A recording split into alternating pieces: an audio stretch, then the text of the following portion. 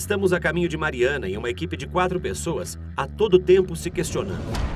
Como uma empresa que lucra 2,8 bilhões de reais por ano não tem um plano de contenção de desastres e nem sequer uma sirene? Uma represa com 55 milhões de metros cúbicos de rejeito e não tem um sistema de alerta à população próxima, isso já significa uma omissão por parte da empresa. Como uma empresa que lucra 2,8 bilhões de reais por ano, depois de uma semana da tragédia, ainda segue sem saber o que aconteceu? A barragem, nós ainda não sabemos qual foi a consequência, o causador da ruptura. Como uma empresa que lucra 2,8 bilhões de reais por ano e que exerce uma atividade de extremo risco para o meio ambiente, não tem uma fiscalização rigorosa? Chegamos a Mariana 7 dias após o rompimento das barragens e percebemos como a empresa tenta blindar e controlar a situação, sempre usando o argumento de estamos fazendo tudo o que está ao nosso alcance. Dá licença, ele está me levando no quarto dele. Eu posso ir pro quarto dele, senão é prisão. Com este argumento, eles estão presentes e controlando os lugares onde deveria haver a presença do Estado, mas só se vê logotipo da Samarco. A empresa pegou as famílias atingidas e as levou para os hotéis da cidade, onde seus representantes controlam o acesso. Nas áreas atingidas, o mesmo se repete. As máquinas da Samarco chegam depressa para remover parte da lama, mas as mesmas máquinas e funcionários, em vez do Estado, marcam os limites. Vai devagar, tem máquina na frente. Tá bom. Tá bom. O limite é aqui.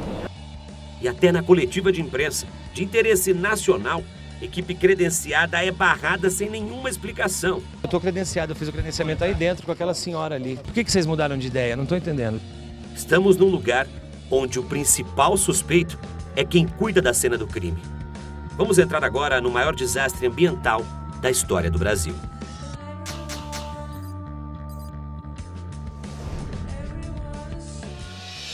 Chegamos em Mariana à noite e fomos direto a uma universidade onde alunos, acadêmicos e vítimas debatiam a tragédia e de que maneira seguiriam suas vidas.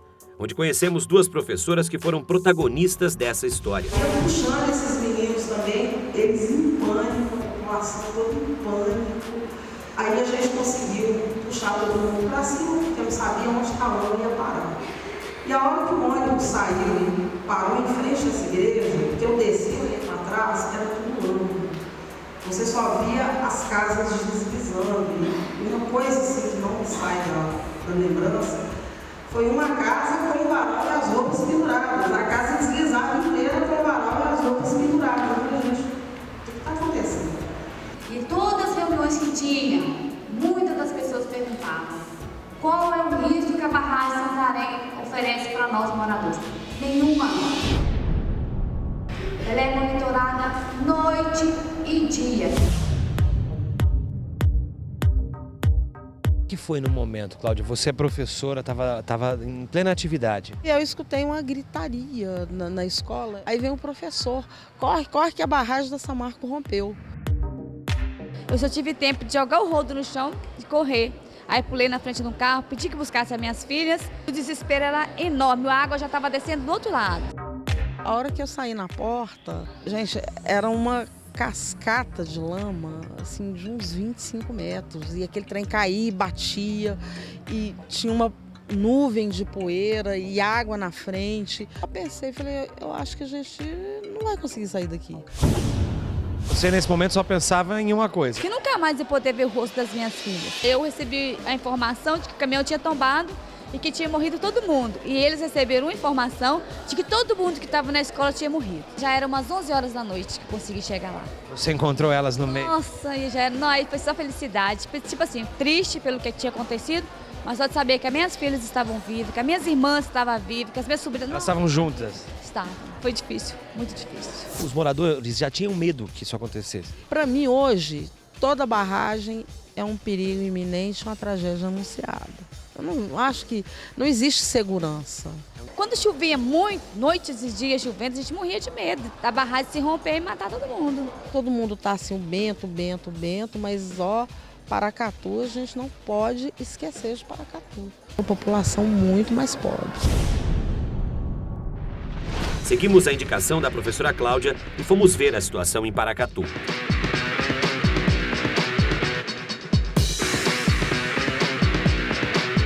Agora a gente só vê lama, um pedaço das casas que eram mais altas. O que era aqui antes? A comunidade que a gente morava, quadra, escola, creche, o bairro todo ficou desse jeito.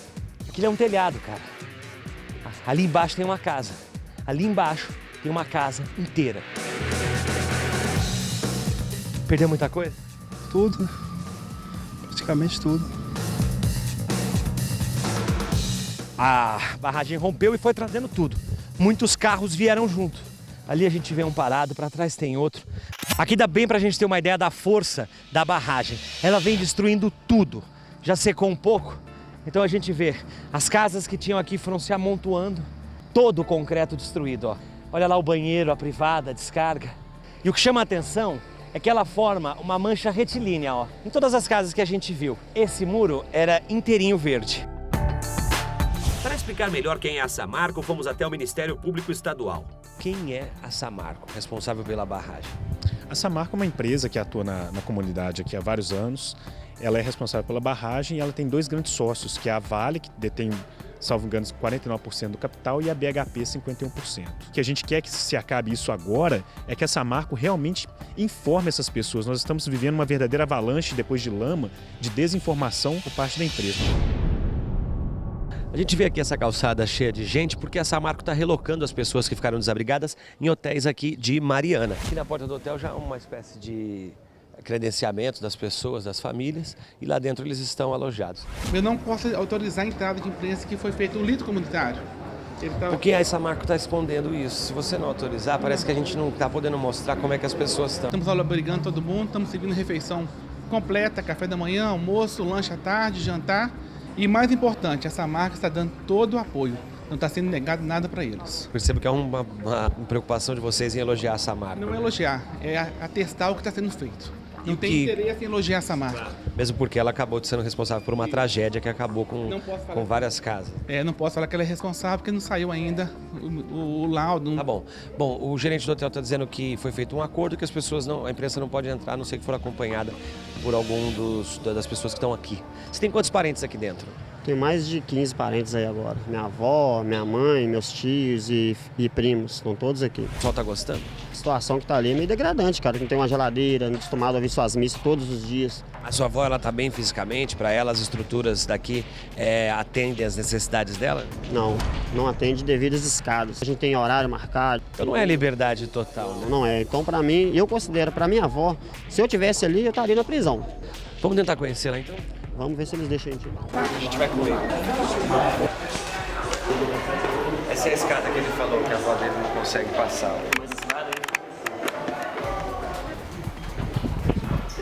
Nossa, é muito escada, né? Ela não vai comer no restaurante, a avó dele, porque não pode ir. Representante do hotel? Pedi pra você se retirar. Tá me empurrando. Representante do hotel. Eu tô acompanhando ele tá hospedado no quarto, a gente vai lá. Representante do hotel.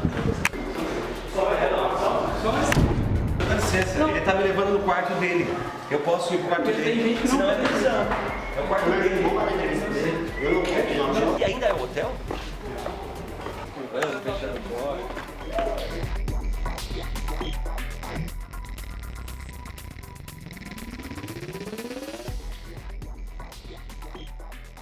Por isso que eles não querem que a gente entre, porque vende a imagem de que é tudo quarto de hotel.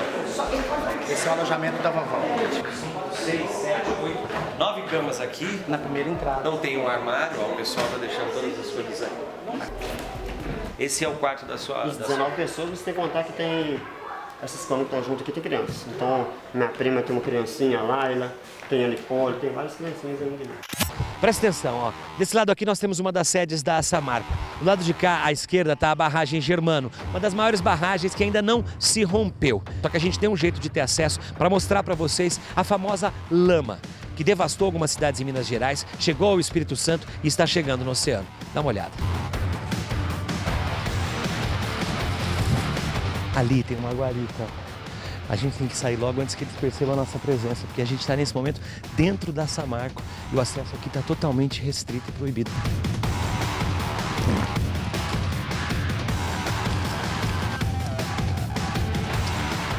Nossa, é só lama. Se você olhar, você não sabe onde acaba isso aí. Essa aqui é a lama de rejeitos da barragem Germano, que ainda não rompeu, mas que hoje está rachada. E para conhecer o que afinal é esta lama, vamos falar com o doutor em saúde pública, químico e ambientalista Rogério Machado. Nós podemos falar que dali são rejeitos, não é nada nobre, é rejeito metálico. Então você vai achar um monte de resto de metal na forma pulverizada ou até maior em toda aquela lama. Isso acaba com a atividade pesqueira daquele lugar? Certeza, absoluta. Vai contaminar tudo. Os metais vão ficar e vão ser assimilados pelas plantas por anos. Lá no chão, lá no solo, na parte funda. Aquilo vai ser pego pelas plantas. Os peixes vão comer as plantas e vai comer o peixe com metal. Além da questão da toxicidade, a própria lama em si, ela funciona como uma pasta que acaba engessando, ela vai impedir a permeabilização em todo aquele trecho que ela passou. Então, literalmente, quando se diz que o Rio Doce foi assassinado e está morto, é verdade, porque aquilo para se recuperar ambientalmente, isso vai demorar milhares de anos. Escutei de manhã, já estão parando a captação no Rio Doce em vários pontos por um motivo simples.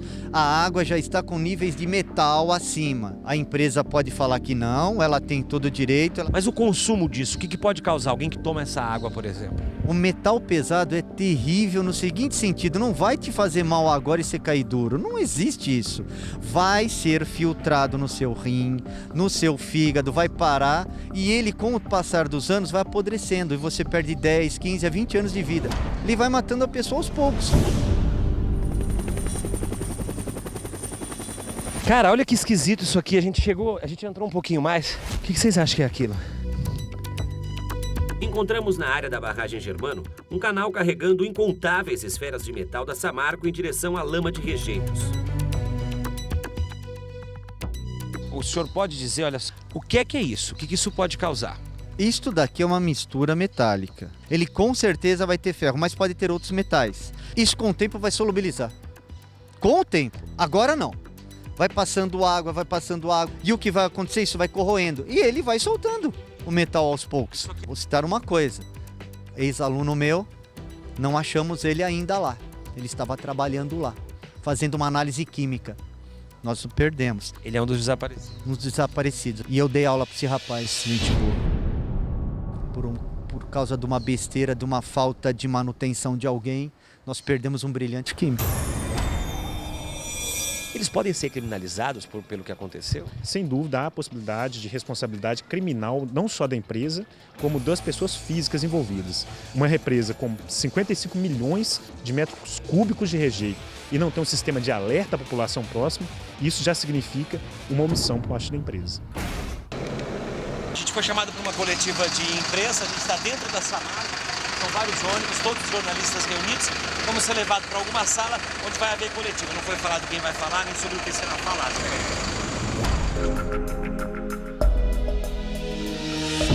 Outro ônibus já saiu? Não. Cara, eu sinto muito, mas a decisão está tomada e a empresa está pedindo para vocês deixarem o ônibus. Aconteceu uma tragédia aqui. Eles querem dar um caráter muito sério para... Pode falar que eu me comprometo a não fazer nenhuma piada, não vai ser feito. Agora a gente entendeu por que o ônibus ainda não saiu, né? Estão tentando tirar a gente da coletiva. Só que nós fomos credenciados, está aqui a minha pulseirinha, eu apresentei o meu crachá da Bandeirantes, o meu RG estava assim vestido, né? Agora, limitar o acesso à imprensa é no mínimo querer esconder alguma coisa. Eu sinto muito, mas a decisão está tomada e a empresa está pedindo para vocês deixarem o ônibus.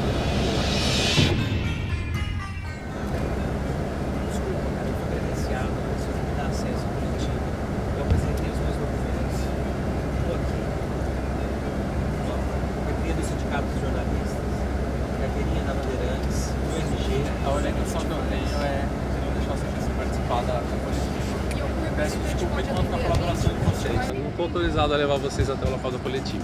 Eu não vou descer, sinceramente, me desculpa. Acho um desrespeito com a gente, com o telespectador, com a TV Bandeirantes. É a decisão da empresa. Então não deviam ter me credenciado, concorda? A gente credenciou a TV Bandeirantes.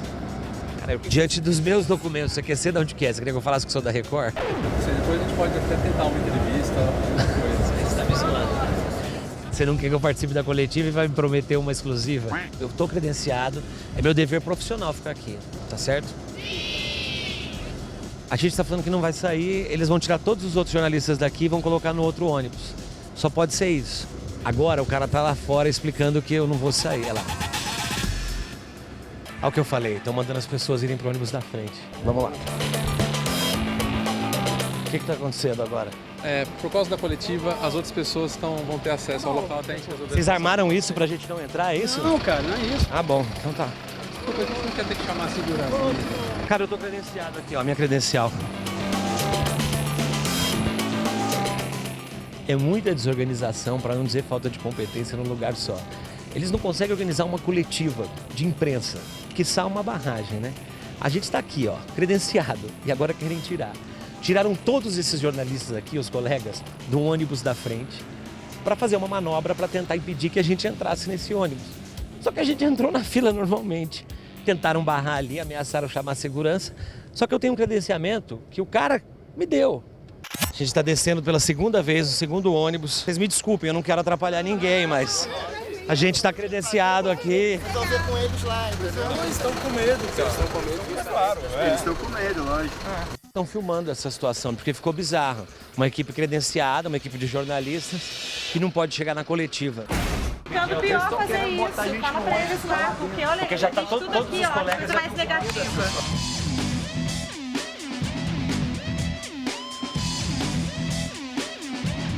Outros colegas para mudar de ônibus. A gente foi atrás. Ela falou para mim, você não vai querer que eu chame o segurança, né? Vindo vocês de entrarem. A gente já foi proibido de entrar. Ó, aqui, ó. Uma atitude lamentável da Samarco, essa de impedir a presença do repórter Juliano Dipp do CQC. Dipp é jornalista profissional e estava credenciado para a entrevista. Nada justifica essa atitude censória, estúpida e atentatória à liberdade de informação. Infelizmente, o senhor não foi convidado para poder participar da entrevista. Quem falou? Eu fui aqui, ó, minha coletiva. Pode guardar aqui, por favor. Cara, eu tô credenciado, eu fiz o credenciamento aí dentro com aquela senhora ali. Eu apresentei para aquela senhora o meu crachá da Bandeirantes, eu apresentei para ela o meu RG e ela me credenciou. Por que vocês mudaram de ideia? Não tô entendendo, desculpa. Eu vou pedir para os colegas que estão indo na coletiva no meu lugar, então, fazer, por favor, a pergunta que a gente ia fazer, que é muito simples, por que a Samarco financia a campanha política? Qual que é o interesse dela em financiar a campanha de governador e prefeito? É por isso que a gente está sendo proibido de entrar, porque a gente ia fazer essa pergunta, se vocês puderem, façam no nosso lugar. Essa é a organização da Samarco, essa empresa que não consegue organizar uma coletiva de imprensa, que é organizar uma barragem. Já foi provado o que eles fazem, né? Na falta de respostas da empresa, vamos ver alguns fatos. O Grupo Vale, um dos donos da Samarco, doou nas últimas eleições 80 milhões de reais para 3 candidatos a presidente, 18 a governador, 19 a senador, 261 a deputado federal e 599 a deputado estadual. A maior parte deste bolo de dinheiro foi para o PMDB. E sabe o que é muito curioso? Justo o PMDB é o partido que cuida do Ministério de Minas e Energia e também tem a maioria dos integrantes do Departamento Nacional de Produção Mineral, o DNPM, órgão responsável por autorizar e fiscalizar as atividades mineradoras. Agora você entende por que Minas Gerais tem apenas 4 fiscais para monitorar 735 barragens.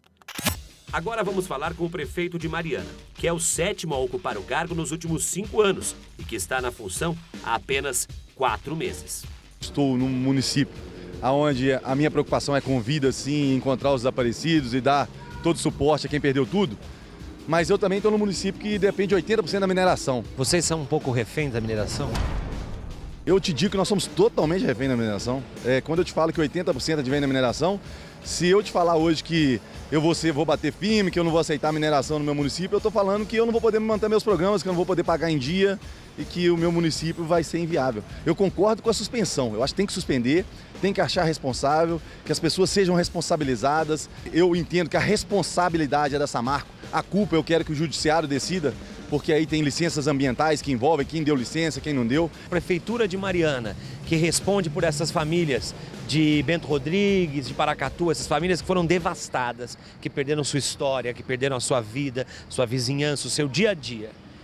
O que é que você está fazendo para esses eleitores? Depois que eu me reuni com o pessoal da BHP e com o diretor-geral da Vale, que é o Murilo, eles me passaram que o Ricardo terá toda a autonomia em falar em nome dessas empresas e definir como será essa reconstrução. Que providências a prefeitura tomou nesse sentido? O meu primeiro passo é uma boa conversa. Eu quero ver se a empresa vai entender o tamanho da responsabilidade dela e se ela vai chegar e falar assim, tá bom, eu vou resolver seu problema. Esse é o melhor caminho ou é o caminho mais conveniente para uma cidade que depende do algoz, nesse caso? Eu sinceramente acho que é o melhor caminho, porque tenho muito medo que uma demanda judicial se arraste e que as pessoas não sejam atendidas como devem ser atendidas. O governo federal foi mais exigente do que vocês, não confia tanto na empresa e já aplicou uma multa, 250 milhões. Eles estão errados ou o senhor que está errado?